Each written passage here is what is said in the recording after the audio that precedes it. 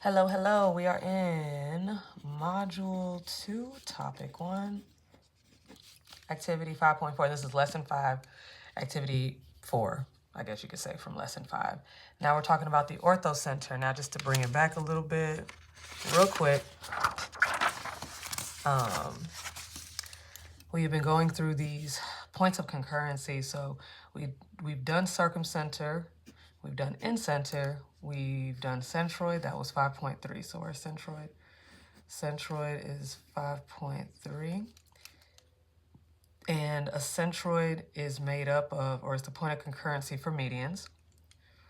Okay, and so now we're going to be doing orthocenter. So now we're on, orthocenter. All right, so you will see this is 5.4. And orthocenters are related to altitudes. That's the point of concurrency for altitude. So let's get into it. All right, so an altitude of a triangle is a line segment that's perpendicular to the side of the triangle, and it has one endpoint at the opposite vertex. So we're going to construct 3 altitudes of each triangle. Now, do not do perpendicular bisector. I repeat, we are finally not doing perpendicular bisector. We're not doing angle bisector. This is what we got to do. We need a line that's perpendicular to this, but it goes through this point. Let me put a dot. I know we like our dots. All right, so I'm going to take my compass. I'm going to open it so that I can make a little smile situation, and it's gonna have to intersect that side twice. Now you can see mine goes a little bit off the triangle, so I'm gonna have to extend this triangle a little bit. I really didn't need to do too much. All right, so this is an intersection point here. This is an intersection point here. Once you got those two, now we can do our perpendicular bisector between those two. So we're gonna do a whoop-de-whoop, gonna do a womp-de-womp. And then we're going to connect those two like this. Sorry. Oh, you know what? I did too much. I didn't have to do all that. I'm going to do it again, and I'm going to do less. I didn't have to do perpendicular bisector. I'm tripping. I could have just come from each of these intersection points to make life easier. So let me do that again. All right, so that's our first altitude, and let's do another one. So again, I'm going to put my compass point here at the vertex. I'm going to open up my compass so that it will intersect the opposite side twice. So if I do a little smile, it's going to intersect twice. So once right here, and then it actually happened to go through the vertex. That was a happy accident. All right. And what I did, you don't have to do this. I'm tripping. You can just take your compass and do a little arc out here. So center it here. Do an arc out there, and then with that same size of your compass, do an arc from the other intersection point, and then you can just connect that. I was doing too much. Forgive me. Just connect it to the vertex, the opposite vertex, and whoop-de-whoop. There you go. All right, we're going to do one more. We're starting from here, and we're starting from this vertex, not from either of these points, the vertex. So right there on the vertex, open it up. And you want it to be far enough to make 2 intersections. That went a little bit far out. Let me extend this side because it needs to intersect this line twice. So I'm gonna have to extend, oh Lord, sorry. This side twice, okay. So it goes through here and here. So I'm gonna take my compass, come out there, and I can bring it in quite a bit actually. And I'm gonna just do there and there. All right. Draw you a line that goes through that intersection into the vertex, and you should be good to go. Oh, we did it. So there is our point of concurrency. All right, so take a minute, do the other 3. All right, so for the obtuse triangle, I am going to take my time and go through this. Here we go. Okay, what am I doing? Had a brain fart. All right, I'm gonna do the most obvious one first. I'll do this one first. So I'm gonna anchor down at this vertex, and then I'm just gonna draw my smile from there. And then from each of those intersections that the arc makes with the side of the triangle, I'm gonna just do a little arc from each of those intersections. And it should create an X or an intersection out yonder. And then I'm gonna connect that intersection point to the vertex. And I'm gonna go far. I think, hopefully that's enough. I'm gonna go a little bit farther. I'm a little paranoid, hold on. Just a little bit more. That was not a little bit more at all. Okay, hopefully that's enough. We're gonna see. All right, I'm gonna repeat for the other sides. I'm gonna, hold on, let me erase a little bit of this because it's about to get interesting. And I just don't wanna have too much going on to where y'all can't see. Oh no, my art disappeared. I still need to see it. Hold up, y'all. Gotta bring it back. Okay, there we go. I just wanna make sure I see it. All right, we're gonna repeat that from this vertex. Anchor down. Now it needs to go through this line twice.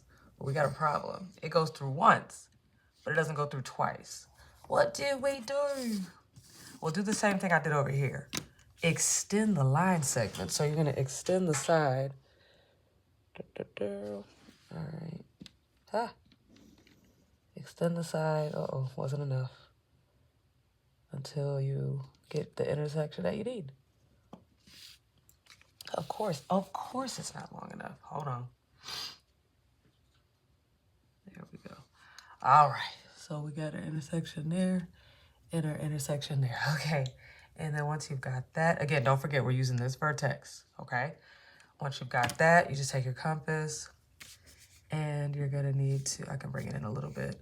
You're just gonna make 2 arcs out here to intersect, and you're gonna connect that intersection to the vertex you were using. So they intersect like here.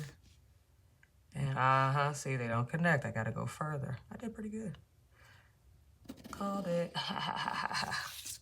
All right, so I wanted to go out far enough to where they will intersect. This is getting fun. We're gonna keep going. Yes, we are. All right, so I'm gonna anchor down at this one, and this is the opposite side, so Lord have mercy. We're gonna need to go through this line twice. So I'm gonna have to do that. This line doesn't even come close, so I'm gonna have to extend it. I gotta extend it. Okay, that's not gonna be far enough. Hold up, y'all, I got this. I got this. Okay, there we go.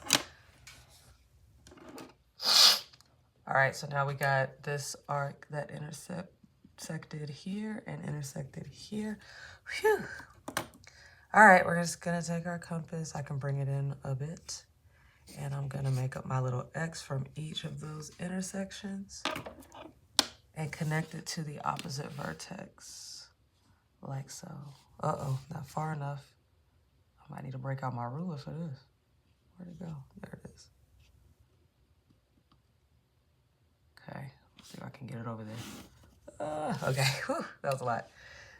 And there it is. My gosh. Hold on, give me a minute, y'all. I gotta fix this up because it's throwing me all the way off. I'm gonna trace the original triangle because what is happening, right? What is even going on? Okay. So just don't forget, this was the original triangle. And we had to go outside the triangle. We had to extend the lines here. And we had to extend this side of the triangle here just to create our perpendicular lines that go, our altitudes, right? The perpendicular lines that go through each vertex. So, all right. Let's keep it pushing. Right triangle. Okay, so again, we're gonna make our smile, and I'm gonna see if I don't have to extend any lines this time because, honey, look. All right, good. This one's looking decent. And I'm gonna do my X intersection. Connect it to, lost my straight edge. There it is, connected to the opposite vertex. Okay, hopefully that's long enough. If not, I'm gonna be back doing this again. And then I'm gonna do the same thing from here. See if I can just make it, I can't. Of course I can't, that would be too much like right.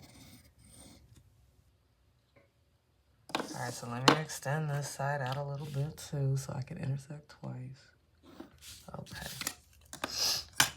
All right, then I'm gonna take my compass, go to each of those intersection points, bring that in quite a bit, and I'm gonna create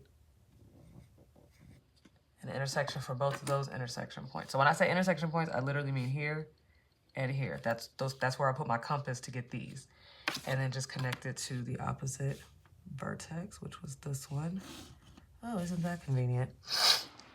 And then same thing from here. Oh, that's not big enough. Okay, got that.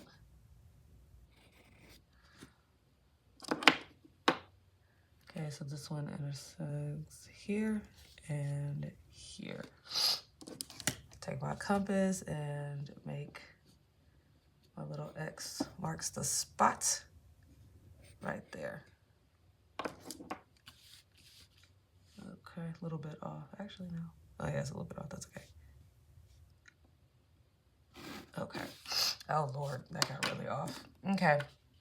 So what should have happened, I think I was overcompensating a bit, is that what should have happened is that this should have gone like this. This one actually worked out really well. It should have gone like this, like that. And then this one was already there. I accidentally erased it. So these intersect right here. All right, so we got this one, we got this one, we got this one.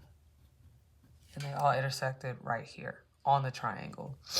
And for the equilateral triangle, I feel like you already know what's gonna happen on the equilateral triangle, but let's give it a go anyway. Since we're just trying to do this right. All right, so I got my intersection point here. And I got my intersection point here.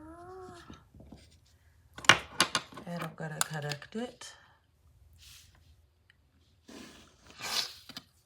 All right, so if you notice, the altitude of the equilateral triangle is also the perpendicular bisector because it's equilateral. Anyway, we're just gonna keep going. It's also an angle bisector because it's equilateral.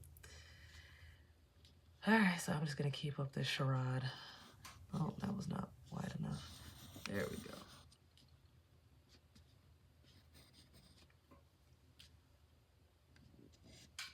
Okay, I'm gonna continue with this.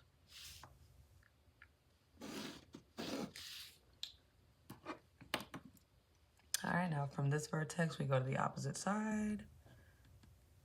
Make our little smile. From, oops, wrong direction. Actually, it really doesn't matter which direction. But from the vertex, we do that and that. And then where this intersection happens, we connect it to the opposite vertex. And there you go. All right, so I feel like you know what question's coming up next. Make a conjecture about the location. All right, so for acute and equilateral, it's inside. For obtuse, it's outside. And for right, it's on the triangle. So again, both of these points were inside. This point ended up being outside, and this point is actually on the triangle. All right, the orthocenter is the point of concurrency for 3 altitudes of a triangle. Consider the 4 triangles and altitude you connect and measure the distance from the orthocenter to each vertex of the triangle. So we're doing what we've been doing. Take your compass. We're just going to note the distance to each vertex. So for this vertex, this is the distance, but as you can clearly see, that is not the same distance as this one. This is the distance between this vertex and the orthocenter, but as you can see, it doesn't make it to either of the other vertices. Same thing for this one. It's not the same distance from each vertex because it's on the vertex. And then this is the only one where it's going to be the same distance to each vertex, okay? So this is a sometimes. The orthocenter is sometimes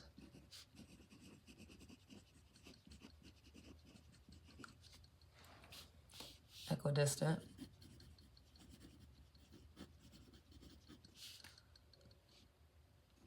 from each vertex.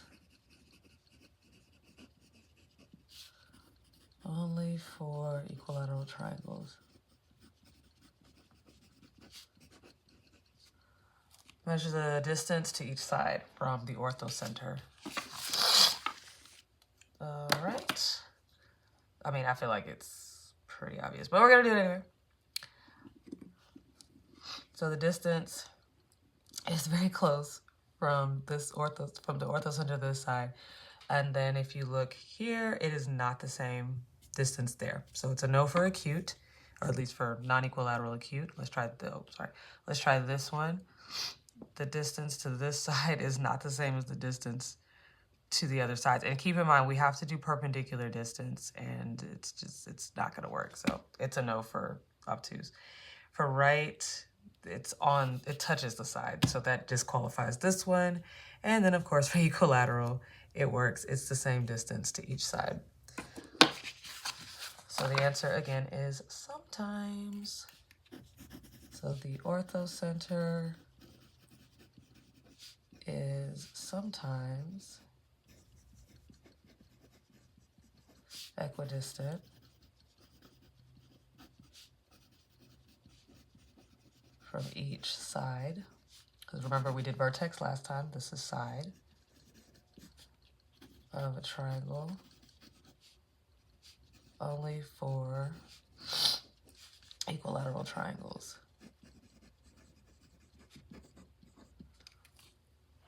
All right, and if I'm not mistaken, that's that. So we're gonna go ahead and call it.